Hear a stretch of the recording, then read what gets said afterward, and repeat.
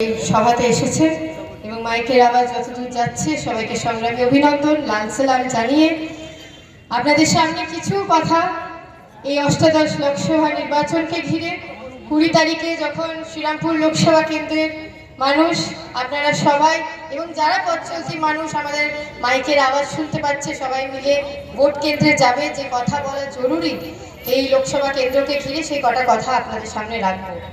একটা কঠিন পরিস্থিতির মধ্যে আমরা এখন দাঁড়িয়ে আছি, আমরা সেটা সবাই জানি। বিস্তারিত করে বলবো না, কিন্তু এই 10টা বছর কিভাবে কঠিন কেটেছে মানুষ নিজস্ব যে অভিজ্ঞতা সেই অভিজ্ঞতা দিয়ে দেখেছে। কেন্দ্রের মধ্যে যে বিজেপি সরকার, নরেন্দ্র মোদীর সরকার আছে, সে প্রতিনিয়ত একটার পর একটা হামলা করেছে, একটার পর একটা জনবিরোধী নীতি নিয়ে এসছে আমাদের দেশের মধ্যে। আমরা যদি দেখি কৃষক সমাজ, সেই কৃষক সমাজ আজকের দিনে তাদের যে ন্যায্য ফসলের দাম, সেই ফসলের দাম তাদের যে অধিকার সেই অধিকার পাচ্ছে না। আমরা দেখতে পাচ্ছি যে শ্রমজীবী মানুষ একটার পর একটা তাদের যে শ্রমের যে অধিকারের কথা সেই অধিকারের কথা তার আঙিনায় কিন্তু শেষ হয়ে যাচ্ছে। শিক্ষা ক্ষেত্রে আমরা দেখতে পাচ্ছি যে ছাত্রছাত্রীরা আছে, আমরা যারা আছি, যারা ইউনিভার্সিটিতে পড়ছি, কলেজে পড়ছি, কেউ স্কুলে পড়ছে, জাতীয় শিক্ষার মাধ্যম দিয়ে এই প্রত্যেকটা সরকারি স্কুল কলেজ শিক্ষার প্রাঙ্গণকে শেষ করে দেওয়া হচ্ছে। এমন নীতি আনা হচ্ছে যেখানে সরকারি স্কুল কলেজের যে আয়ত্তা সেইটা আর থাকবে না। জিডিপির 6% যেখানে কেন্দ্রের সরকারের বরাদ্দ করার দরকার ছিল শিক্ষা ক্ষেত্রে, সেখানে দেখা যাচ্ছে 2%-এর বেশি কিন্তু ফান্ড বরাদ্দ করা হচ্ছে না। এবং এরকম যখন নীতি নিয়ে আসা হচ্ছে, আমরা প্রতিনিয়ত দেখতে পাচ্ছি যে দেশটাকে প্রতিনিয়ত রাষ্ট্রায়ত্ত সংস্থাগুলোকে দেশের আদানি আম্বানির মতো কর্পোরেটদের হাতে তুলে দেওয়া হচ্ছে। এবং 2014 থেকে 24-এর মধ্যে যদি আমরা দেখতে পারি, আম যে জনতা, সাধারণ খেটে খাওয়া শ্রমজীবী মানুষের কিন্তু অধিকার আস্তে আস্তে শেষ হয়েছে দেশের মধ্যে, এবং কর্পোরেটদের যে জায়গা সেই জায়গাকে বৃহত্তর করে দিয়েছে আমাদের কেন্দ্রের সরকার। আমরা যখন দেখছি দেশের মধ্যে বিজেপি সরকার একদিকে ধর্মের নামে মানুষকে বিভাজন করার চেষ্টা করছে, জাতের নামে মানুষকে বিভাজন চেষ্টা করছে, কিন্তু আরেকদিকে দেখছি যখন রুজি রুটির প্রশ্ন আসছে, যখন শিক্ষার প্রশ্ন আসছে, যখন মানুষের স্বাস্থ্য প্রশ্ন আসছে, সেই জায়গায় কিন্তু তারা একবারের জন্য কথা বলছেন। আমরা প্রতিনিয়ত দেখতে পাচ্ছি যে যখন দেশের মধ্যে সাধারণ খেটে খাওয়া মানুষের যে কথা বলার দরকার, তার অধিকার নিয়ে লড়াই করার জায়গা ছিল পার্লামেন্ট, রাস্তা, সেই জায়গায় দাঁড়িয়ে দেখছি পার্লামেন্টের মধ্যে আজকে দাঁড়িয়ে যদি খেটে খাওয়া মানুষের কেউ কথা বলার চেষ্টা করছে, তাদের যে অধিকার, গণতান্ত্রিক অধিকার, সেই অধিকারকে শেষ করে দেওয়া হচ্ছে। এবং তাই জন্য এই নির্বাচন আমাদের জন্য অত্যন্ত জরুরি। এই 20 তারিখে যে নির্বাচনে আমরা যাচ্ছি শ্রীরামপুর লোকসভা কেন্দ্রের মানুষের জন্য, এবং এই লোকসভা নির্বাচনে 4টে দফা নির্বাচন এখন অবধি সম্পন্ন হয়েছে। এবং যখন এই 4টে দফা নির্বাচন হয়ে গেছে, আমরা পুরো দেশের মধ্যে কি হাওয়া আছে দেখতে পাচ্ছি যে বিজেপির যে সরকার তারা কিন্তু গঠন করতে পারবে না কেন্দ্রের সরকার। সেই হাওয়া উত্তর ভারতের মধ্যে আছে যে 10টা বছর বিজেপি যেভাবে আমাদেরকে রেখেছে সরকারি কেন্দ্রতে থাকাকালীন, সে কিন্তু আমাদের সুবিধের নয়। খেটে খাওয়া মানুষ যারা ভেবেছিলেন সবকা সাথ সবকা বিকাশের কথা, যারা ভেবেছিলেন উন্নয়ন মানে প্রকৃতপক্ষে হয়তো বিজেপি সবার জন্য কথা বলার চেষ্টা করছে, সেটা কিন্তু সবার জন্য কথা নয়। সেটা কিন্তু আসলে ছিল যে চৌকিদার দাঁড়িয়ে থাকবে এবং চোরেরা, দুর্নীতিবাজরা লুট করে এই দেশটাকে নিয়ে চলে যাবে, এবং চৌকিদার মিছি করে এই দেশটাকে বেচে দেওয়ার চেষ্টা করেছে এবং বেচে দিয়েছে কর্পোরেটদের হাতে। আমরা যে কথা আজকে আপনাদের সামনে এসে বলছি যে আজকে দাঁড়িয়ে থেকে এই অষ্টাদশ লোকসভা নির্বাচন এই জন্যই গুরুত্বপূর্ণ, কারণ এটা গণতান্ত্রিক অধিকারকে রক্ষা করার জন্য একটা লড়াই, এটা নীতিকে বাঁচানোর জন্য লড়াই। কারণ রাজনীতির জায়গাটাকে, রাজনীতির প্রেক্ষাপটকে এই 10টা বছরে শেষ করে দেওয়া হয়েছে। রাজনীতি মানে ধর্মের নামে ভোট চাঁদা দেওয়া, রাজনীতি মানে আমরা দেখতে পেরেছি দুর্নীতি করে কোটি কোটি টাকা মানুষের পকেট কেটে, এই ট্যাক্সের কোটি কোটি টাকাতে দুর্নীতি করে কি করে বড় বড় কর্পোরেট কোম্পানিদের মুনাফা করিয়ে দেওয়া যাবে, সেই জায়গায় রাজনীতির প্রেক্ষাপটকে করে রাখা হয়েছে। রাজনীতির যে সীমানা ছিল, রাজনীতির যে সীমা ছিল, সেটাকে যখন একটা সময় আমরা দেখেছি বৃহত্তর করা গেছে। রাজনীতি মানে মানুষের প্রত্যেক দিন জীবন মরণের যে লড়াইয়ের কথা, বাঁচার লড়াই, বাঁচাই যে লড়াই, যে সংগ্রাম, সেটার কথা হতো। রাজনীতি মানে আমার আপনার বাড়িতে যে সন্তান আছে, যে ভাই বোনেরা পড়াশোনা করতে চাচ্ছে, সে আগামী দিনে শিক্ষার জায়গাতে, শিক্ষার আঙ্গিনাতে থেকে কত আরো ভালো শিক্ষা করতে পারবে, শিক্ষা প্রাপ্ত করতে পারবে, শিক্ষার অধিকার পাবে, সেই নিয়ে একটা সময় কথা হতো। সেই জায়গাটাকে কিন্তু শেষ করে দেওয়া হয়েছে। একটা সময় দাঁড়িয়ে থেকে যে আমরা দেখতাম যে শিক্ষা শেষে রোজগারের কথা, আমরা যারা ছাত্র আন্দোলন করি আমরা একটা স্লোগান লাগাই যে সবার জন্য শিক্ষা চাই, শিক্ষা শেষে চাকরি চাই। এই যে চাকরির যে কথা, সেই চাকরির কিন্তু প্রাঙ্গণটাকে, জায়গাটাকে শেষ করে দেওয়া হয়েছে। কি করেছে বিজেপির কেন্দ্র সরকার? এই চাকরির জায়গায় আমরা দেখেছি কেন্দ্রের যে সরকারি চাকরিগুলোতে নিয়োগ হবার কথা ছিল, 2 কোটি করে প্রতিশ্রুতি দেওয়া হয়েছিল চাকরি হবে প্রত্যেকটা বছর। আজকে দাঁড়ালে এই 10টা বছরে কিন্তু 20 কোটি টাকা 20 কোটি চাকরি হয়। সেই 20 কোটি চাকরি কিন্তু দেওয়া হয়নি আমার প্রজন্মের ছেলে মেয়েদেরকে। কেন দেওয়া হয়নি? তার জায়গায় কি শুরু করা হয়েছে? আমরা দেখছি কন্ট্রাকচুয়াল ওয়ার্কিং সিস্টেম প্রত্যেকটা জায়গায় শুরু করা হচ্ছে। যে সরকারি ব্যবস্থানগুলো, সরকারি কর্মসংস্থান, সেখানে নিয়োগ হচ্ছে না এবং বিভিন্ন জায়গায় এই কন্ট্রাকচুয়াল ওয়ার্কিং সিস্টেম শুরু করা হচ্ছে। আমার প্রজন্মের যে ছেলেমেয়েরা, আমার যে ব্যাচমেট, ক্লাসমেট যারা পড়াশোনা করে যোগ্যতার সাথে চাকরি চাইতে যাচ্ছে, আজকে চাকরির আগ্নেয়াতে যাচ্ছে, তারা দেখছে যে তারা চাকরি করতে যায় আর কি 14 ঘন্টা 16 ঘন্টা চাকরি করার পরেও 8 ঘন্টার বেতন নিয়ে ঘরে ফেরত আসছে। কোভিডের সময়টা ভীষণ কঠিন ভাবে কেটেছে। যে সময় দাঁড়িয়ে থেকে সরকারের কাজ ছিল যে মানুষের পাশে দাঁড়াবে, মানুষের কাছে খাবার পৌঁছে যাচ্ছে কিনা, মানুষের কাছে পরিষেবা পৌঁছে যাচ্ছে কিনা, স্বাস্থ্য কেন্দ্রগুলোর কি অবস্থা সেটা নিয়ে নতুন করে বলার কিছু নেই। এই এলাকার মানুষ ভালোভাবেই জানে যে স্বাস্থ্য কেন্দ্রগুলো, প্রাথমিক স্বাস্থ্য কেন্দ্রগুলো, যেগুলোর নামে আবার মাল্টি স্পেশালিটি হসপিটাল বলে আমাদের সামনে যে বেঁচে ফেলার চেষ্টা করা হচ্ছে, সেই মাল্টি স্পেশালিটি হসপিটালগুলোর কি অবস্থা। আমরা জানি যে পরিষেবা আমার আপনার জন্য মানুষের ট্যাক্সের টাকায় উন্নয়ন হওয়ার কথা ছিল, সেই ট্যাক্সের টাকা রীতিমতো কর্পোরেটদের হাতে তুলে দেওয়া হয়েছে মুনাফা করে। এবং এর মধ্যেই আমরা দেখতে পেরেছি ইলেকটোরাল বন্ড স্ক্যাম। এই ইলেকটোরাল বন্ড স্ক্যাম কি? এই ইলেকটোরাল বন্ড স্ক্যামে আমরা দেখেছি প্রথম যে পলিটিক্যাল পার্টি, যে রাজনৈতিক দল, সেটা হচ্ছে ভারতীয় জনতা পার্টি। ভারতীয় জনতা পার্টি 2014 পরে আসার পরে বলেছিল একটা কথা, যদি মনে করে দেখবেন, যে যত কালো টাকা নাকি বিদেশে গেছে, যত আমদানি হয়েছে টাকা নাকি কোটি কোটি টাকা কালো টাকা বাইরে গেছে, যারা লুট করে আমার দেশের মানুষের টাকা নিয়ে গেছে তাদেরকে নাকি সেই টাকা ফেরত আনবে, তাদের নাকি তারা জেলে ভরবে। এই 10টা বছরে সেই কাজ কিন্তু হয়নি। উল্টো আমরা দেখতে পেরেছি যেই কোম্পানি আমার আপনার টাকা, পকেটের টাকা কেটে জিনিসের দাম বাড়িয়ে এই টাকাগুলোতে মুনাফা করে, এই জিনিসগুলোর দাম বাড়িয়ে মুনাফা করে কোটি কোটি টাকা মুনাফা করেছে, তাদের ব্যবসার যে সুযোগ পরিসর করে দিয়েছে বিজেপি, আজকে সেই টাকা আবার ফেরত গেছে ইলেকটোরাল ফান্ডের নামে বিজেপির পকেটে। কেন করছে তারা?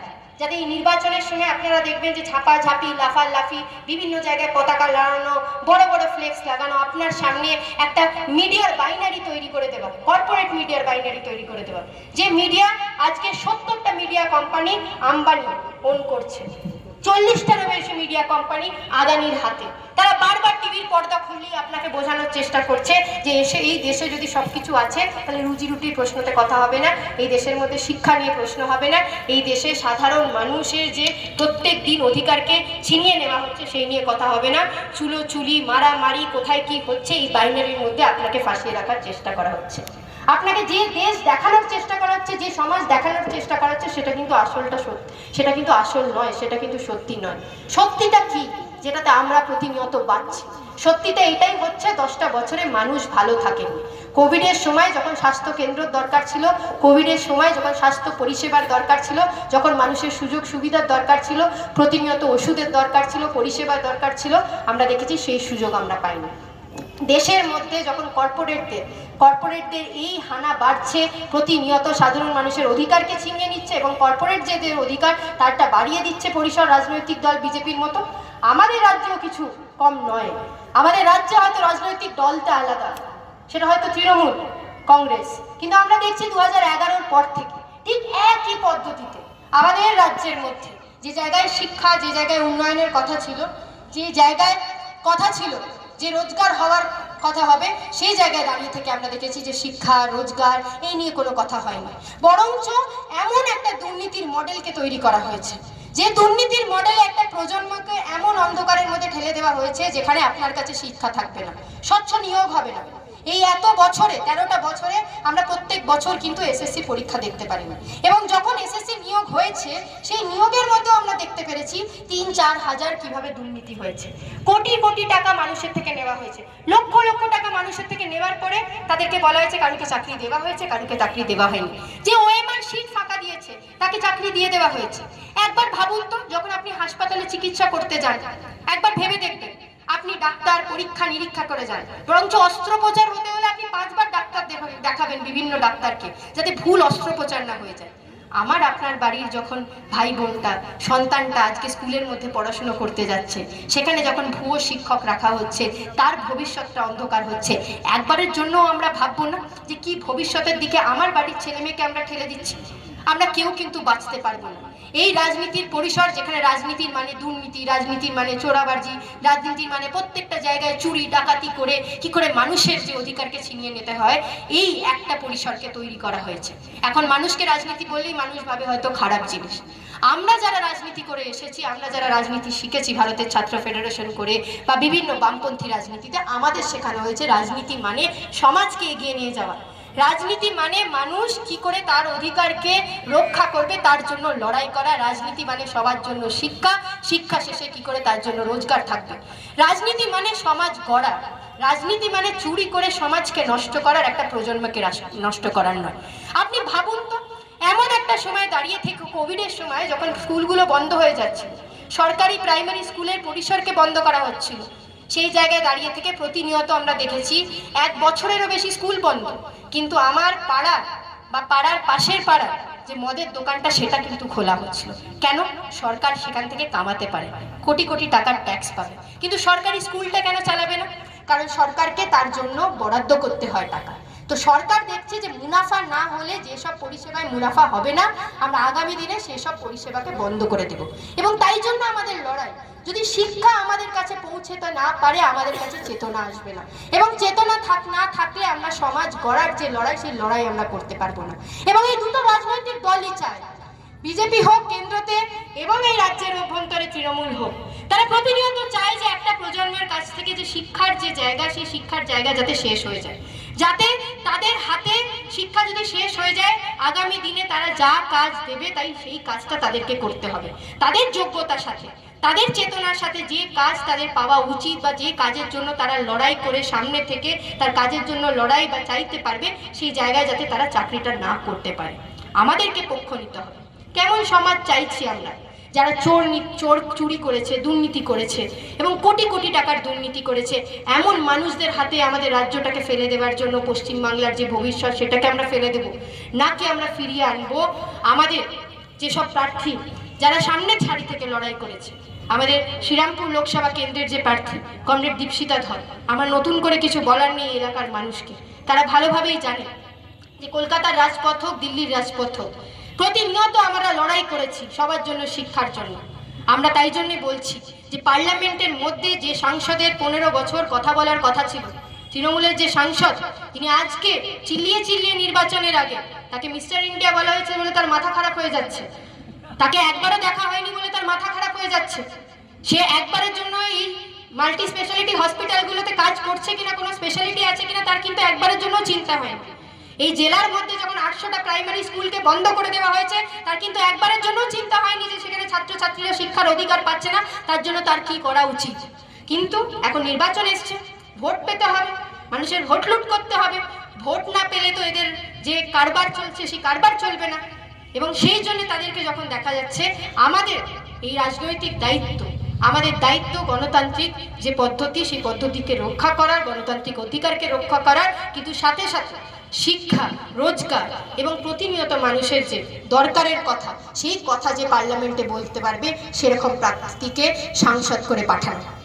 প্রার্থীকে সাংসদ করে, দীপশিতা ধরের মধ্যে প্রার্থীকে সাংসদ করে আমরা পাঠাবো কেন? কারণ এই এলাকার মানুষ ভালোভাবেই জানেন যে আমরা যে কথা বলছি সবসময় দাঁড়িয়ে থেকে, সেটা হচ্ছে শিক্ষার জন্য, রুটি রুজির জন্য।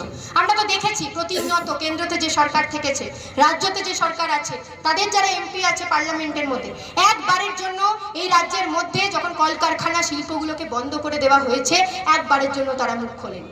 এই জেলার মধ্যে একবারের জন্য যখন শিল্পের গেটগুলো বন্ধ হয়ে যাচ্ছে, কারখানার গেটগুলো বন্ধ হয়ে যাচ্ছে, শ্রমিকদের যে অধিকার সেইগুলোকে ছিনিয়ে নেওয়া হচ্ছে, একবারের জন্য সে কথা বলেনি। এমপি ল্যাডের ফান্ড কোথায় বরাদ্দ হয়েছে কেউ কিন্তু কিছু জানে না। মানুষ জানে না যে স্বাস্থ্য কেন্দ্রগুলোতে কি হয়েছে এই 15টা বছরে, মানুষ জানে না স্কুলগুলো কিভাবে আছে।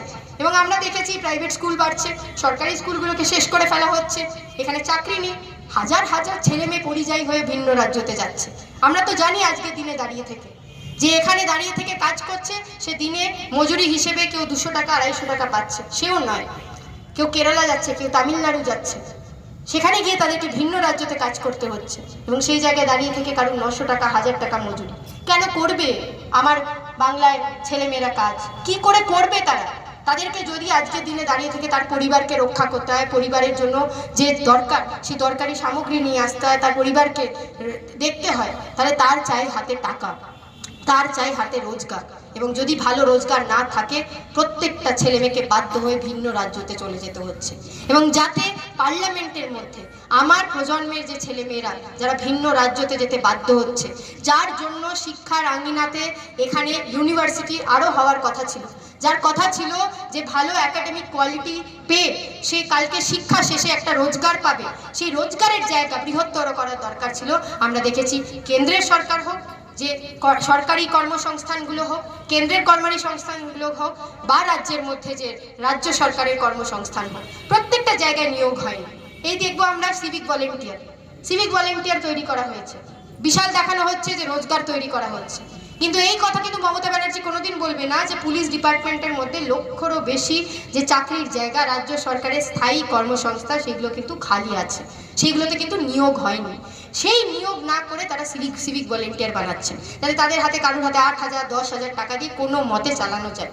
কারণ সামাজিক যে সুরক্ষা থাকার কথা ছিল আজকের দিনে দাঁড়িয়ে থেকে যারা কাজ করছে, সেই সামাজিক সুরক্ষা কিন্তু তাদের নেই। গ্র্যাচুইটি নেই, পিএফ নেই, বিভিন্নভাবে যে সামাজিক সুরক্ষা, হেলথ বেনিফিট থাকার কথা, হাউস অ্যালায়েন্স থাকার কথা, সেই সব কিন্তু তারা পাচ্ছেন। আমার প্রজন্মের ছেলেমেয়েরা, আমার বয়সী ছেলেমেয়েরা আরও ভালো করে জানবেন, এই কোভিডের পরে শুরু হয়েছে ওয়ার্ক ফ্রম হোম কালচার। অনেকে হয়তো জানবেন এই ওয়ার্ক ফ্রম হোমে কি হচ্ছে। সকাল 9টায় আপনি ল্যাপটপে লগ ইন করছেন, রাত 12টা অবধিও কিন্তু আপনার কাজ শেষ হচ্ছে না। যেই কাজ আগে সকাল 9টায় অফিসে গিয়ে বিকেল 5টার মধ্যে শেষ হয়ে যেত, আমরা দেখছি যে 8 ঘন্টার কাজটা কিন্তু বাড়িয়ে কোথাও 14 ঘন্টা 15 ঘন্টা, কোথাও 16 ঘন্টাও কারোকে কাজ করতে হচ্ছে, কোথাও রাত জেগে প্রজেক্ট শেষ করতে হচ্ছে, নাহলে ভয় যে কন্ট্রাকচুয়াল ওয়ার্কিং সিস্টেমের আন্ডারে অস্থায়ী যে চাকরি, সেই চাকরিটা হতে পারে কালকেই বস বলবে মেল করে যে আপনার চাকরিটা চলে গেছে। এবং এই যে অনিশ্চয়তার মধ্যে আমার প্রজন্ম বাঁচছে, সেই অনিশ্চয়তাকে যদি শেষ করতে হয়, তাহলে এই টেম্পোরারি যে স্পেস আছে, এই অধিকার আছে, এইটাকে যদি শেষ করতে হয়, আমাদের চাই দীপশিতা ধরের মতো সাংসদ, যে পার্লামেন্টে গিয়ে আমার আপনার অধিকারের কথা বলবে। এবং যখন প্রতিনিয়ত কর্পোরেটদের হাতে অধিকারকে দিয়ে দেওয়া হচ্ছে, প্রতিনিয়ত চেষ্টা করা হচ্ছে যে কর্পোরেট কোম্পানিগুলো কি করে মুনাফা করে আমার আপনার যে অধিকার, আমার আপনার যে শ্রম, সেই শ্রমের দামের মধ্যে মুনাফা করতে পারবে, সেই জায়গায় দাঁড়িয়ে থেকে আমরা দেখতে পাচ্ছি যে রাজনৈতিক দল, এক ধরনের রাজনৈতিক দলদেরকে সুবিধা করে দেওয়া যায়।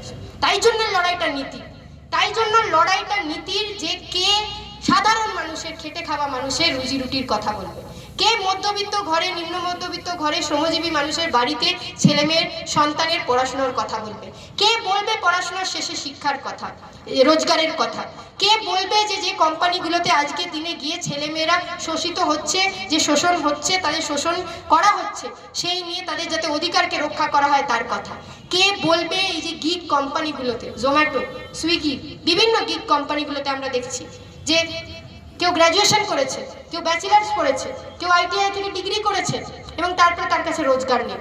রোজগার না থাকাকালীন কিভাবে রোজগার করছে তারা? রোজগারের মতো রোজগার নেই, যে যোগ্যতা সেইভাবে রোজগার তারা পাচ্ছে। তারা ডেলিভারি এজেন্টের কাজ করছে। আজকে তারা অর্ডার পেলে তাদের হাতে কাজ আছে, কালকে যদি তারা অর্ডার না পায়, তারা যদি ডেলিভারি না করতে পারে, তাদের কাছে কাজ নেই। কালকে এই ডেলিভারি এজেন্টরা যদি তারা রাস্তায় যেতে গিয়ে কেউ অ্যাক্সিডেন্ট করে, তাদের কাছে কোনো হেলথ বেনিফিট নেই, কোনো ইন্স্যুরেন্স নেই। এবং এই যে অস্থায়ীভাবে প্রতিনিয়ত আমাদেরকে বাঁচতে হচ্ছে, এই যে একটা সমাজ তৈরি করা হচ্ছে, এর যে একটা প্রেক্ষাপট তৈরি করা হচ্ছে, তার সেই জায়গায় দাঁড়িয়ে থেকে আমাদের লড়াই।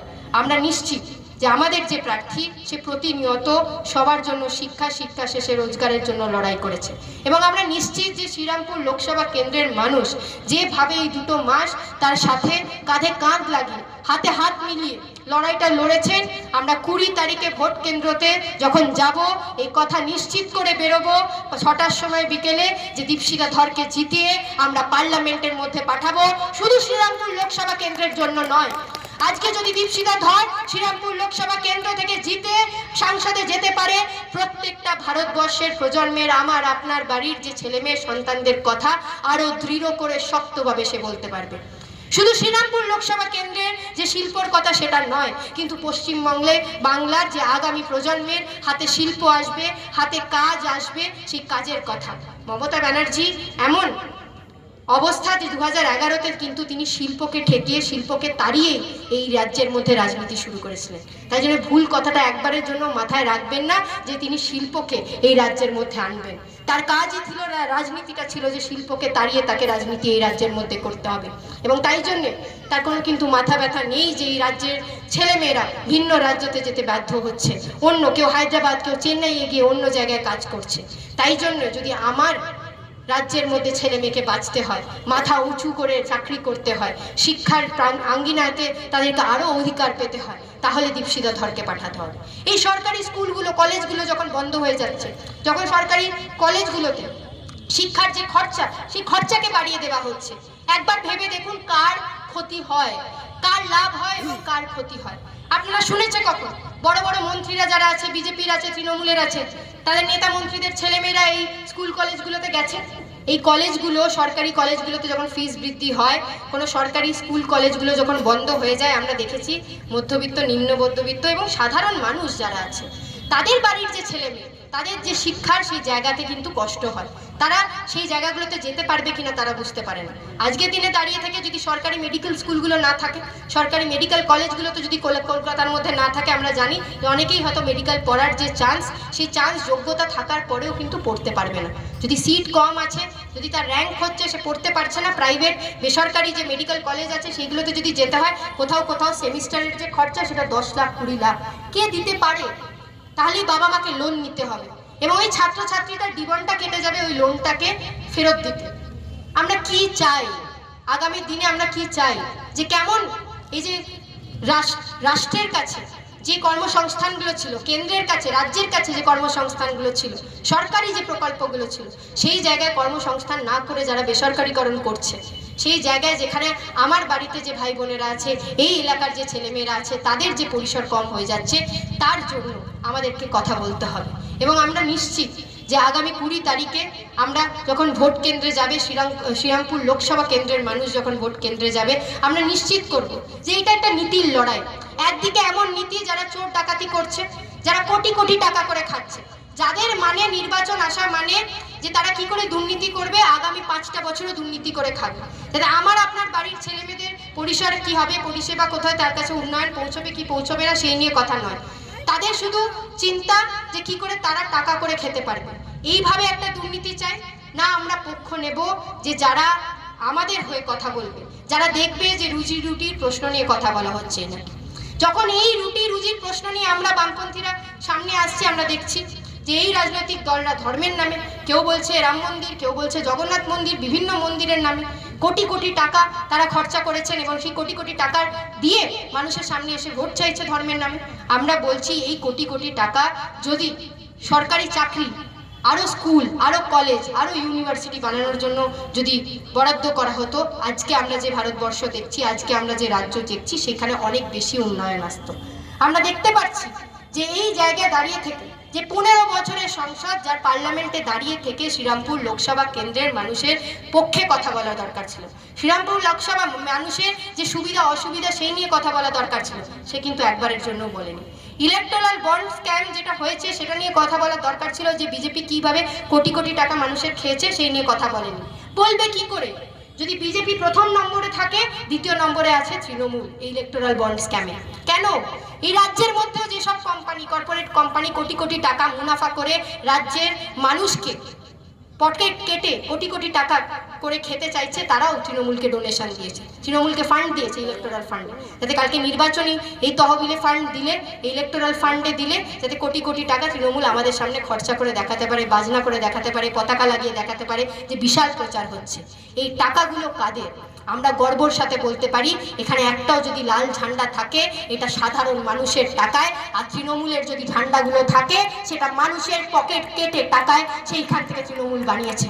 আমরা এটা গর্বের সাথে বলতে পারি যে সাধারণ খেটে খাওয়া মানুষ আমাদের লড়াইয়ে এসছে প্রতিনিয়ত।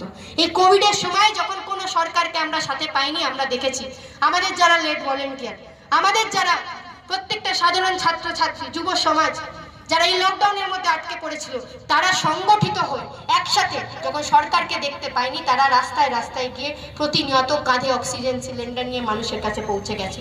এবং পশ্চিমবাংলার মানুষ দেখেছে যে সরকার তার সাথে ছিল না। এই এমপি যে আজকে বড় বড় গলায় কথা বলছেন, তিনি কিন্তু তার সাথে ছিল না। কিন্তু দীপশিতা ধরের মতো বহু বহু এই প্রজন্মের ছেলেমেয়েরা এই শ্রীরামপুর লোকসভার মধ্যে দাঁড়িয়েছিল, মানুষের পাশে দাঁড়িয়েছিল, যাতে তারা মানুষের কাছে পরিষেবা, যত স্বার্থ সেই পরিষেবা যাতে তাদের কাছে যেটুকু আমাদের সামর্থ্য আছে সেটুকু পৌঁছে দিতে পারে। তাই জন্য আমরা দিন বদলের কথা বলছি। আমরা বলছি হয়তো অনেক মানুষ যারা হয়তো মাইকের আওয়াজে দূরে শুনতে পাচ্ছেন, হয়তো কেউ তৃণমূলকে ভোট দিয়েছিলেন এটা ভেবে যে উন্নয়ন আসবে, আপনাদেরকে বলছি আপনাদেরকে পক্ষ নিতে হবে। আপনাদেরকে পক্ষ নিতে হবে যে 20 তারিখে আপনারা আবারও এমন সাংসদকে পার্লামেন্টের মধ্যে পাঠাতে চান যে এই এলাকার সার্বিক উন্নয়নের জন্য কথা বলবেন, এই এলাকার মানুষের জন্য কথা বলবে না। একবারও নারী সুরক্ষা এখানে হয়েছে কিনা, কিভাবে নারীর ওপরে উৎপীড়ন বাড়ছে সেই নিয়ে কথা বলবে না। একবারের মধ্যেও পার্লামেন্টে কথা বলবে না যে আমাদের রাজ্যের মধ্যে মহিলাদের আজকে কি অবস্থা। আমার বিশ্বাস যে এখানে যারা আছেন, যে মহিলারা শুনতেও পাচ্ছেন, এই পার্লামেন্ট সিটে, এই লোকসভা কনস্টিটিউয়েন্সিতে একবারের জন্য কোনো মহিলা সংসদ যায়নি। আমরা চাই যে দীপশিতা ধরকে পাঠিয়ে একটা নতুন ইতিহাস শ্রীরামপুর লোকসভার মানুষ গড়ুক। এই লোকসভা কেন্দ্রতে এক মহিলাকে আমরা সাংসদ করে যাতে পাঠাতে পারি, যে প্রত্যেকটা মানুষের, এবং যারা আজকে তৃণমূলের লোকজন এসে লক্ষ্মী ভাণ্ডারের নামে 1000 টাকা দেওয়ার কথা বলছে, এই কথাটা আমি বলছি যে তৃণমূলী প্রকল্প নয়। তৃণমূলের মানুষ তো লাফাঝাপা করছে বিশাল, যে লক্ষ্মী ভাণ্ডারে 1000 টাকা দিচ্ছি, ওই ভাণ্ডারে 2000 টাকা দিচ্ছি। আমরা বলতে চাই এই প্রকল্পগুলো কিন্তু তৃণমূলী প্রকল্প নয়। আপনারা হয়তো বুঝতে পারেননি, এগুলো সরকারি প্রকল্প, এবং সরকারি প্রকল্প কোনো সরকার আসলেই যায় না। পড়াশোনাটা ঠিক করে করুন। এবং আমরা বলছি যে আমরা যখন জোটের সরকার আগামী 4 জুন দিল্লির বুকে বানাবো, আগামী দিনে মহিলাদের শুধু 1000 টাকা নয়, যাতে তারা কর্মসংস্থান নিয়ে মাথা উঁচু করে পশ্চিমবাংলার মাটিতে শুধু নয় পুরো দেশের মধ্যে মাথা উঁচু করে বাঁচতে পারে, সেই জায়গায় পরিসর বানিয়ে দেব। আমরা বলছি তো, হক রুজি রুটি তার কথা হবে, শিক্ষার কথা হবে, রোজগারের কথা হবে। আমার দেশের মধ্যে ধর্মের নামে বিভাজন হবে না, জাতের নামে বিভাজন হবে না। আমরা তো দেখেছি 34টা বছর যখন বামফ্রন্টের সরকার ছিল, মানুষের হকের নিয়ে কথা হয়েছে, মানুষের অধিকারের নিয়ে কথা হয়েছে পার্লামেন্টের মধ্যে। আমরা ভুলে যেতে পারি না কি যখন কেন্দ্রের মধ্যে কংগ্রেসের সরকার ছিল, এই বামপন্থী সাংসদরা লড়াই করে, আন্দোলন করে, বাম কংগ্রেস মিলে 100 দিনের কাজ এনেছিল, যে 100 দিনের কাজের টাকা চুরি করে আজকে তৃণমূল 100 দিনের কাজকে শেষ করে দিয়েছে। আমরা গর্বের সাথে বলতে পারি, আমরা গর্বের সাথে বলতে পারি যে যখন আমাদের সাংসদরা পার্লামেন্টের মধ্যে বসেছিল, প্রতিনিয়ত এমন সুযোগ সুবিধা প্রকল্প আনা হয়েছে, একটার পর একটা স্কলারশিপ ছাত্রছাত্রীদের জন্য শুরু করা হয়েছে, যেখানে শিক্ষার পরিষেবাকে আরো যাতে বাড়িয়ে দেওয়া হয়, যাতে আরো ছাত্রীরা হায়ার এডুকেশনে যেতে পারে, যাতে single girl child scholarship start করা হয়েছিল, রাজীব গান্ধী ফেলোশিপ। খুঁজে একবার দেখবেন সেই স্কলারশিপকে আজকে নরেন্দ্র মোদীর কেন্দ্রের বিজেপি সরকার যে রিজার্ভেশনের কথা বলছে মহিলাদের জন্য একদিকে, আরেকদিকে প্রত্যেকটা স্কলারশিপ মহিলাদের জন্য আছে, সেটাকে বন্ধ করে দিয়েছে।